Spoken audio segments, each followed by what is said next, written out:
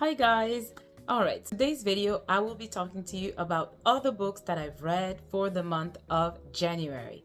And oh my gosh, you guys, I have found my 5-star rated book for the first time on this channel. I can't wait to talk to you about it. So, stick around and you'll find out.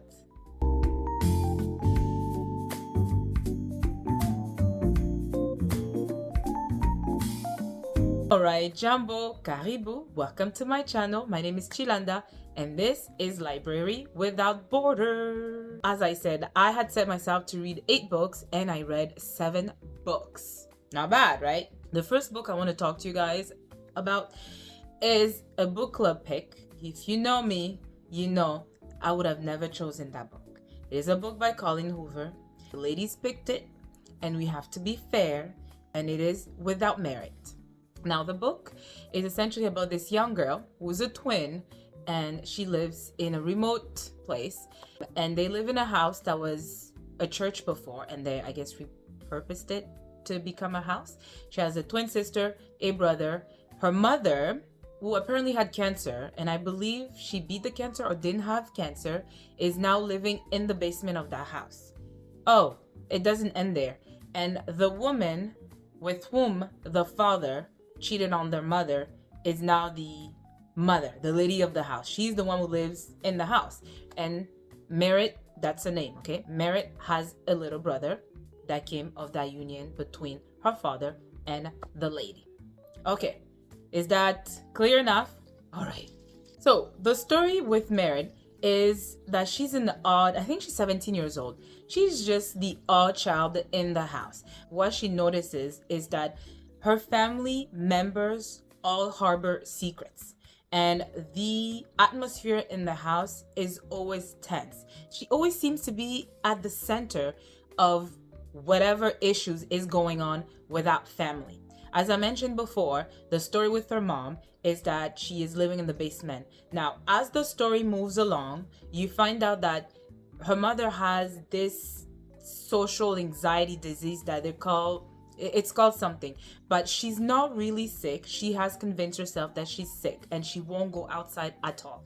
Like, when I say at all, she lives in the basement. Her life is there. She's never left the basement. And Merritt rotates between her twin sister and their brother to bring her food and all of that. And when they try to have a conversation, she barely participates, but that's that. And the other aspect of Merritt is that she was going to school but decides that she no longer wants to go to school because I guess she's not feeling it. Okay. And what we realize about her dad is that he's a bit absent-minded. He's not really involved in the children's lives. Like, he's there, like they live together, but like he basically leaves them or lets them get away with a lot of things. And at some point, I forgot the name of the woman, but his current wife at some point asks Merritt's father to discipline Merritt, like to tell her something, to do his fatherhood job, and he doesn't. So you can already see that there's like almost of a disconnect between the father and his kids. We also discover what's going on with Merritt's twin sister. She's the pretty one, you know, she's the one that boys gravitate towards too. But the only thing with the twin sister is that she has this disease. Again, I will put it somewhere here, but it's that disease, necro something. It comes from this worshipping of dead body or something like that. But that's not what Merritt's twin sister is into. She's into kids or teenagers, because she's also a teenagers who are basically at the end of their lives. Always falls in love. Like, her boyfriends or the history of her boyfriends are always those people who are on the verge of death. That's the issue. So anyways, long story short, you guys, because I want to finish talking about this story, is that at some point she is fed up. Merritt is fed up. She wants things to come out in the clear. She wants to clear the air. She decides one night that she's had enough, right? She's had enough. She decides that she's going to take her own life, and she does that by taking her mother's pills. And obviously that attempt fails. But before she does that, she decides to write a whole letter to every single member in that family and unveil secrets that were buried inside of her, and what she also knew of other family members. And boy, oh boy, that's when the climax of that story just exploded. The secret that came out was very shocking, I'm telling you. So I give this 2.5 because it had aspects of the story that was very intriguing. All right, so next I read God is a Black Woman by Kristen Cleveland, PhD. Now, this is a nonfiction. It is her story, and it is her discovery, her journey of discovering God as a Black woman. Now, this book is not for the faint of heart. And I say because if you're one of those people who are very religious and who believes in Christianity and you believe in all of that stuff, this book might be a bit unsettling. If you don't want your belief system to be shaken, this may not be for you. But besides that, I enjoyed this book because contrarily to, most belief, I was with her on most of the things she discussed. I'm already in that mind state of dismantling this idea of a white God. So whatever she was saying, I was like, oh girl, yeah, I was thinking the same thing too. So essentially, as I said, she does talk about her childhood. She is the child of a pastor, and she grew up in the church, and that church was mostly white. And she also grew up being abused, like physically abused by her dad. Like she would get beatings, you know what I mean? What you notice in this book is that she talks a lot about the white God image, how this white God image has been perpetrated throughout history, and how people have come to worship that white image God to the point where abuse have been made in the name of white God. And she shows you, let me just read you one quote among many. As you can see, I have tabbed this book. Okay. So here she says, in 1781, Thomas Jefferson, one of white male God's more prominent American minions, made it plain when he white men's planed that whiteness differs from blackness because whites are superior to blacks by virtue of a number of human characteristics, including physical beauty, intelligence, and the capacity to love. By defining whiteness by its distance from blackness and the inferiority of black people, Jefferson equated whiteness with perfection and purity from inferior characteristics. So to be white and to be eligible for the love, value, and safety afforded to white people is to distance oneself from the imperfection of blackness. Now, the reason why I'm reading this is because she also talked about how slavery was perpetrated. It was by using, again, the whole idea of the white male God and patriarchy, how it was used to dominate over, societies and over women, how women were seen as lesser than men, and how more of that for black people, like black people were even lesser than white people, and you could just imagine. And she also talked about like dealing with a lot of health issues. She had bulimia at some point. She said like she would run, was it bulimia? But she had health issues. I don't want to make a mistake there, but she was going through some health issues where she would not eat, or sometimes she'd do extreme sports on an empty stomach, and she battled that for a long time. I forgot to mention that she's a theologian. She studies biblical religion and stuff like that. So outside of that, you guys, because I don't want to spend too much on this book, she also talked about going to France and discovering the Black Madonna and having that epiphany moment of finally seeing a representation of divinity that looked like her, hence the Black Madonna. She went to France, she went through all these churches, all these villages, and lay her eyes upon those beautiful statues of Black Madonna. In fact, let me show you a little bit of those images. You have this depiction of Black Madonna. There you go. And then you have another picture, or two more pictures. There you go. There's one that I actually really liked. It's this one. And let me read you. It says, she whose thick thigh saves lives, declares, "I am black and I am beautiful." She is officially known as Our Lady of the Fountain because the best water in town flowed from her loins. I love that, right? She was thick thighs. Yes. Now if you got to see that one.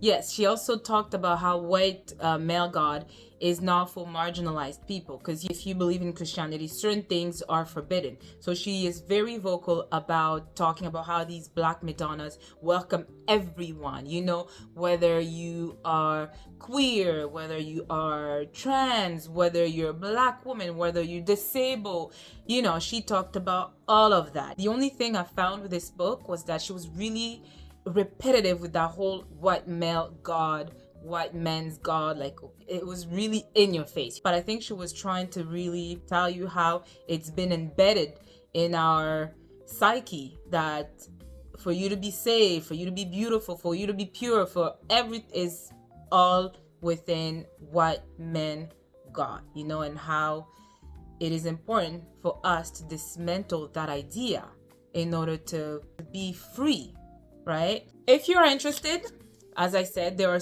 a lot of things that she does talk about that I cannot obviously highlight in this little short time that I have, but I do recommend to read this book by Christina Cleveland, PhD.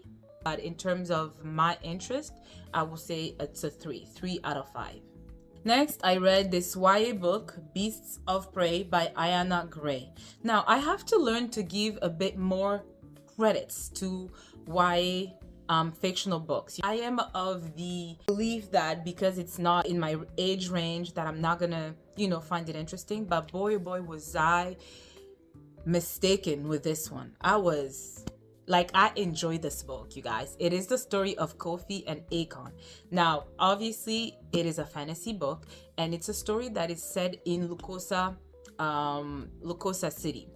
And what I enjoyed the most was the Swahili words that the author was able to gather in this book. And even at the end of the book, she explains how she traveled to Ghana and how she was just able to gather all these myths from different places of the continent and gather like not only like the food, the culture. She even mentioned some prominent African figure like Kwame Nkrumah.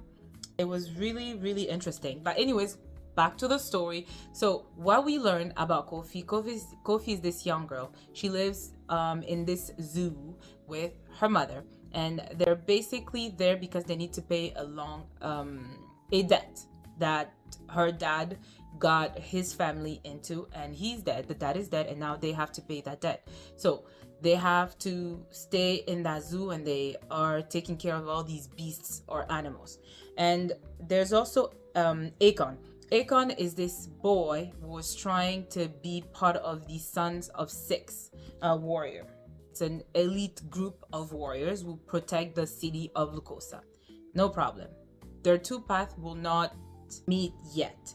But what will happen is that Kofi finds out that she has some kind of power, you know. Something happens at the zoo catches on fire, and it is discovered that it's because of the power she has. Now, no one else knows but her and I believe her mom. She decides that she wants to make a pact with the zookeeper because at some point she does run away with her mom when the zoo catches on fire, but she's not able to go far, and Akon catches her. And what happens is that there is this beast that has been killing the villagers of Lukosa, and that beast appears to both Akon and Kofi, but Kofi is able to tell the beast to go, and the beast goes, which has never happened. And that's like so unbelievable that Akon he believes that he imagined the story, but he didn't. He saw Kofi tell that beast, which is called Shetani, to go away. And Shetani has already said it's like evil, it's like demon in Swahili. So long story short, she goes back because obviously she's caught by the zookeeper, the zoo master, and she tells him that she wants to make a deal with him. And he's like, what kind of deal? Like, you have no money, you're here to, like, what can you offer me? She's like, I will offer you the beast in exchange for my freedom, that of my mom, and this other boy. He's like, ha ha ha, whatever, I don't think you can, but okay, fine. And he's like, if you don't make it, not only will you be back here, like he's gonna extend the years of servitude for him, to him. Okay, no problem. They make a deal. And then Akon, on the other side, because he was caught by another son of the six who saw him let go of Kofi when he was supposed to arrest her, he's no longer part of the challenges to be six of the sun. So he's been dismissed, eliminated, whatever that word. So anyway, so he decides to make a deal with his brother who's already part of the six. He's like, listen, I'm gonna go and catch the beast in order to make up and hopefully be back into the challenges to be a son of the six. Okay, long story short, that's the deal that both make. They're gonna catch the beast. Unbeknownst to the other, they're going there because they each have a different agenda, but they are seeking the same goal, which is to catch that Shaitani. And then you follow both of these two characters in that forest that is so dark and full of beasts and weird creatures, and they will develop something together. But when they're that close to catch the Shaitani, they discover that the Shaitani is now who the people of Lukosa believes to be. It's actually a she. Now, I'm not going to say more, but outside of them finding that out, now Kofi's plan needs to change because they're no longer after a beast, right? Now they have to find out who has been killing the people of Lukosa if it's not the Shaitani. And there's a betrayal that will happen at some point. That's all I'm going to say, y'all. That's all I'm going to say. So, needless to say, I had a great time with this book, okay? There's actually 2 books in this series, and I can't wait to read the sequel to it. So, y'all, it's a 4 out of 5 for me. I had a good time with this book, so if you haven't picked it up, please pick it up. Then we have A Woman of Endurance by Dalma Llanos Figueroa. This book did me. My heart was here. Like, I had to shut this book down, but it is the story of Paula. Now, Paula, her story begins in West Africa. It is a slave narrative. It's a historical fiction book. And it talks about her story beginning in West Africa. And you can just imagine she is stolen from that continent, brought onto the slave ship, goes through all kinds of unimaginable trauma, including rape, not once, not twice, multiple times. And not only does she survive that, she gets brought into a plantation in Puerto Rico. That's where the story kind of takes place. Now, on the first plantation, Paula will endure so much pain, so much atrociousness, so much torture, so much things that you and I cannot imagine. And it is talked about this, but it is the way we hear about that story is through her memories when she has nightmares. We are now told what happened. So what ensues is that she will run away from that first plantation and run, only to be caught because she tried to drown herself, but then she doesn't succeed and she gets caught by someone who brings her onto a different hacienda, plantation. Hacienda Las Mercedes. That's how they call it. And there is where Paula will finally breathe a little. Now, the thing that's very particular about Paula is that she's dark skinned, okay? She's dark skinned and her back is marked, and her face, her face all the way to her back are marked by these grotesque scars that were left from that brutal whipping that she received on the previous plantation. Now, instead of her being sent into the fields on the new plantation, she is made to work in the household. So she does sewing with all the mixed girls, light-skinned girls, and all that stuff. And at the same time, she will make friends on that plantation. Now, the only thing is, she has been through a lot. When I say through a lot, on the previous plantation, y'all, she was raped. And not only was she raped, her babies were always taken from her before she could even hold them. Y'all, when I say the way the author describes her wailing, her cries of pain, It is unbelievable. And not only was she raped by the overseers, but sometimes what the overseer will do is get her into like this house where they'll get another slave to rape her so that they could make children that could again work the fields. Yes, y'all. Yes, that was done. That wasn't here. But outside of that, what happens as well is that there's this man, Simon. He's this other slave, works on the hacienda, and he's very interested in her. But then Paula believes that she's deformed. I mean, she has that huge scar, and she doesn't believe, and she's fairly young, you know, she doesn't believe that she is worthy of that kind of love. But she's also very fearful because she associates sexuality with the trauma, you know, that she went through. So she's never been sexually loved, you know what I mean? So she is very fearful of the advances of the man. And outside of that, she also meets this beautiful young girl, I guess I'm not gonna say in the forest, but outside of La Hacienda, there's like another field further from the house, from the main house. And over there she would take walks, and it is there that she meets this other girl who has like deformity on her ears. But outside of that, she's this beautiful girl. And at first she's very scared of Paula, but then Paula tells her like not to fear anything, and they develop like a friendship or mothership, daughtership, you know, daughter mother relationship. And she becomes very protective of that girl, but she knows that no one can know about this, because if they know, something will happen to her for sure. Those were the days in which they lived.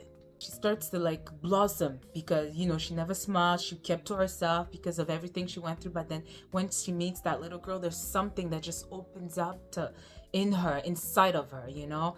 But at some point, the ladies of the house tell her that she needs to go, because it's been known that, you know, because she has disappeared at nights where she will fall asleep with her. And the ladies, wanting to protect Paula, they're like, no, we have to bring her somewhere else. You guys, I'm not gonna tell you what happened, but something happens, so I'm gonna leave it at that. Before I conclude the story, I just want to read you 2 or 3 quotes from this book. So she asks, where are the babies? Where are their babies? There are no babies, but the babies are taken away as soon as they're born. They aren't our babies. We only carry them for 9 months and then they're gone. Gone? Gone where? Just gone. Yo, the other one, so they are called mulattas. That's how they were called. She has seen women like these before and loses interest in them as one after another introduces herself. Looking around, she assumes she will not be here very long. Now one of these women has polished tight wound coils framing her face. Nor do they have the deep darkness of her midnight skin. They don't have scarred faces or wounded bodies. No, women like Paula are rarely kept within eyeshot of the main house. Yes, so those were the days in which Paula lived. So as I said, you guys, I have to conclude this, but I just want to talk about one other little tiny part of this story that literally traumatized me. It is the time where 2 slaves decided that they were in love and they wanted to free themselves, so they were going to run away. And y'all can just imagine what they did to runaways during that time. They did not just kill you with a gun, okay, just shoot you. No, that was too easy. They were going to torture you and make an example of you. So what happened to those 2 slaves when they were caught, you guys? First of all, they made other slaves dig in holes. And then when they were caught, those 2, it was a man and a woman, they were put in those 2 holes and buried all the way to their necks. And what happened? They led those 2 people in the hottest of Puerto Rico. Like, you could just imagine when she describes the heat. They were meant to stay there. I don't know how many days, maybe 1 or 2, because they couldn't last more than like 1 day or 2. Not only are you dehydrated, they shaved their hair, poured honey all over their bald heads, and then had insects and all kinds of things go into their mouth, nose, eyes, and you cannot scratch that itch. You cannot do anything. Is that really humane, you guys? Yo, when I was reading that, and it hurt me so much because I had read the same thing in another book that I read. It was written by Vanessa Riley. It's Sister Mother Warrior. She described the same kind of torture that were done to black people back then. So anyways, you guys, I love this story. I read it like really fast. I mean, if you haven't picked it up, please pick it up. Be mindful of all that trauma that is always part of a slave narrative book. But outside of that, it's a beautiful story that you guys need to read. 4 out of 5. Next, I read Hookshot, and it was beautiful. Like the other 2 books, I finally finished the Hoop series, and what can I say? It is Kennedy Ryan, and this story was fantastic. It is the story of Lotus and Keenan. Keenan is also a basketball player. He's big. He's like black and beautiful, mahogany skin, as she describes. And Lotus is also of a darker shade, but she is related to Iris. So I believe there's a lot of mixture from there. But anyways, it is their story, and Lotus is this petite woman, but also powerful because she is the daughter of Mimi, and Mimi was known to be into voodoo. You know, she's a priestess of voodoo. So, and there's a little something about Lotus in the sense that she believes in that voodoo stuff. So when she meets Keenan, I mean, there's obviously attraction, and there's attraction that they cannot both resist, but resist they do until they no longer can. And the thing with Keenan is that he came from a highly publicized divorce with Bridget. She's his ex-white wife.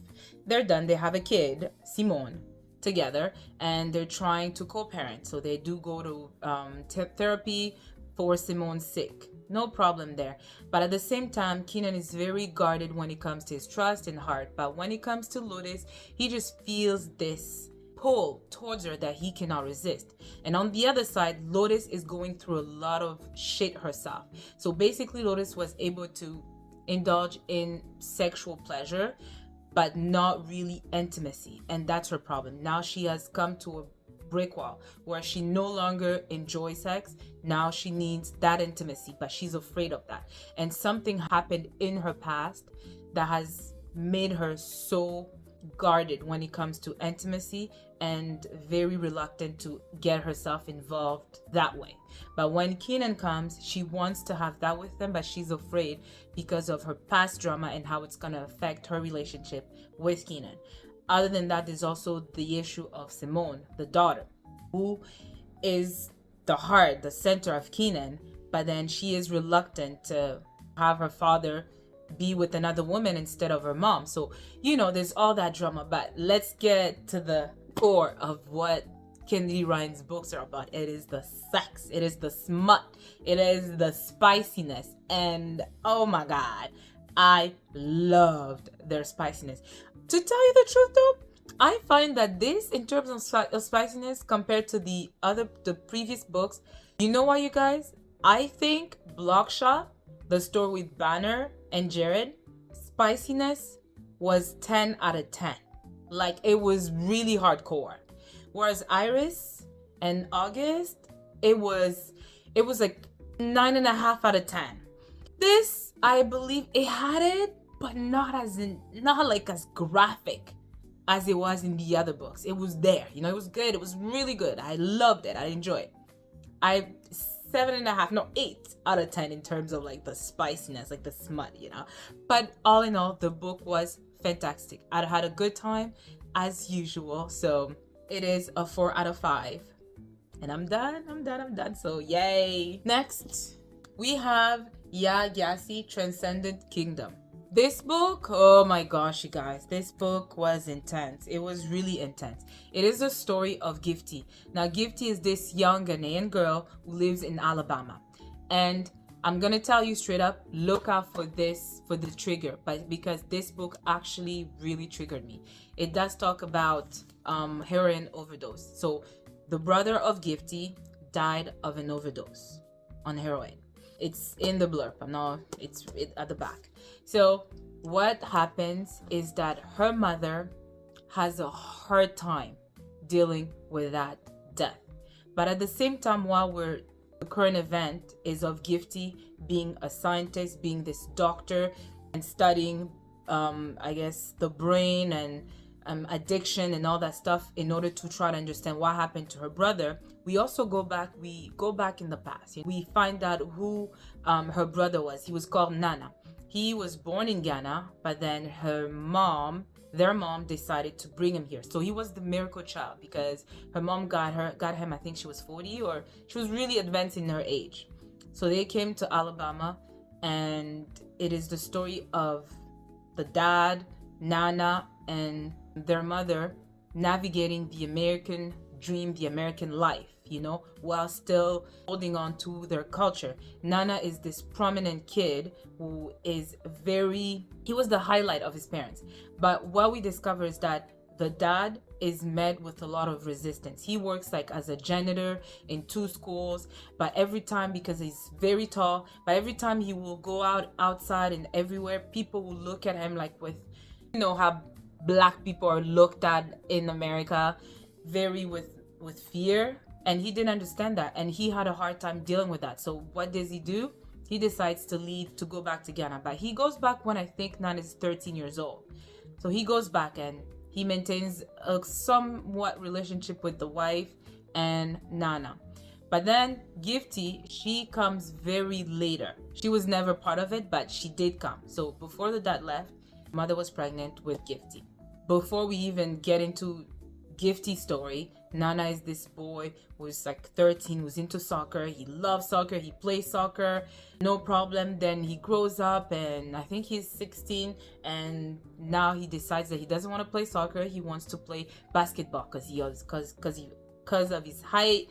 He's perfect. Everybody loves him in the neighborhood. Everyone knows of Nana, and there's this church. What I enjoyed about this story was the whole church thing, from the beginning to the middle to the end. Gifty's mom is very much into church, so she goes to this American church, and there is where she finds her sanctuary, her peace, and she is that woman who educates her kids with an iron fist, but also with she's very much about God and Jesus and things like that. And you also realize that Gifty, when she grows up, she starts to question a lot of that Christianity, a lot of what her mom has said, because she's like, you discover that she writes these letters. She has a journal that she keeps up. And though in that journal, she asks questions to God, there's this going on with Nana. Please save Nana. Please do this for Nana. Please do this for mom. She called him the Black Mama in her journal, just in case, her mom discovered her journal. So she called her the Black Mamba. That was her mother.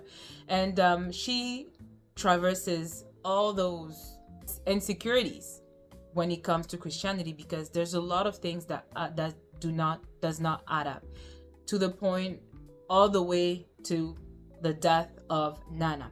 When that happened, y'all, my gosh, the way her mom just shattered out, the way she dealt with grief and was not even able to help her own daughter deal with her own grief. It was to the point where Gifty, from a young age, decided to protect herself by not completely living through her grief. And that made her, in her later years, it hardened her to the point where in whatever relationship she started, she was never able to commit completely, because she hadn't dealt with all of that. So what happens that when Nana died, her mom never got over it, to the point where she wouldn't eat. She started losing weight. She wouldn't do nothing. She would just go and sleep. And she did attempt one suicide. That's what I'm saying. Be careful. It's very hard to read certain parts. But then it didn't succeed. So Gifty decided that she was going to take care of her mother, because she studies in another state. And it's the rest of the story is her trying to get her mother to get out of bed, trying to get her mother to do things, trying to comprehend God and how he comes into play when all of this is happening, and questioning all of that. And it was a good read. As I said, I had a good time reading this book. I want to read you what she talks about like America and how poverty is seen in America versus poverty is seen somewhere else. So years after PT's remarks, I started to see the ridiculousness of that idea, the idea of a refined and elevated American poverty that implies a base subhuman third world. The belief in this subhumanity was what made those posters and infomercials so effective, no different really from the commercials for animal shelters. The people in these infomercials know no better than dogs. PT's unconsidered answer was no doubt just a careless thought from a man who was not accustomed to thinking too deeply about why he held fast his faith. But for me that day, his words set that very kind of thinking into motion. So PT is this young boy who's a pastor at his church, and Nana was going to church at that time when he was, I think, still 13. He asked PT a question. He's like, what about the people living in the remote villages of like Africa, for example? They're the missionaries couldn't get to them. What happens to those people? This PT guy was supposedly, working for God, and he's in the church, says that they're all gonna go to hell. And she goes into a whole thing, hence what she said, because they're poor, because they're black, and he didn't think that they were deserving of heaven, I suppose. So anyways, you guys, it was fantastic. As I said, this was a 4 out of 5 for me. It is my second book by Ya Gyasi, and I look forward to more of her works. Okay, you guys, finally we have come to the end of this video, but let me talk to you about my 5-star rated book, Homegoing, you guys. Homegoing by Ya Gyasi. Oh my gosh, you guys, 5-star. I need to say already, 5-star. My first, and I think it'll be my last. I don't think, unless she writes another book, no one else can compare to what I've discovered about this book. And it's not that big, it's not that thick, but boy oh boy did the story really mark me. It is the story of 2 sisters, Ifya and Essie, and of course it's a slave narrative. So this story starts in the Golden Coast, known as Ghana today, and it's the story of 2 sisters whose paths are gonna diverge in different ways. There's Ifya, who's gonna end up marrying a British and staying on the continent, and it's obviously a multi-generational story. And you have Essie, who is gonna be transported through the slave ships all the way to the United States. And what I loved about this story that was so different from all the other slave narratives books, and I've read enough, including non-fictional one, is the way she just talked about 2 sisters, and one of them, and they never knew of each other. And it's the way each descendant of those 2 sisters traversed the harsh times of society during each different period of time. I think that was the beauty of it. She made sure that every child of Essie, for example, and the child of Ifya, for example, when she wrote their story, it was during a different time in the Gold Coast and in the United States. For example, you had times where British were still fighting against Asante people, and Asante people were still fighting against Fente people. That's in Ghana. That's what's going on. Then you go into the descendant of Essie, and it's there you find Nessie, who's fighting against slavery, trying to gain her freedom. And then you go back into the descendant of James. James was the descendant of Ifya. Now, you guys, I don't want to confuse because there's a couple of them. All I'm trying to say, it was beautiful because you hear the narrative of each descendant, and you have one of the descendants that went through the slave abolition in the United States. One of them went through the Cold War when they were fighting against people who were trying to bring back slavery, because at some point slavery was already abolished. But then these are the people who were trying to find the Quakers. The Quakers were the ones who were trying to abolish slavery.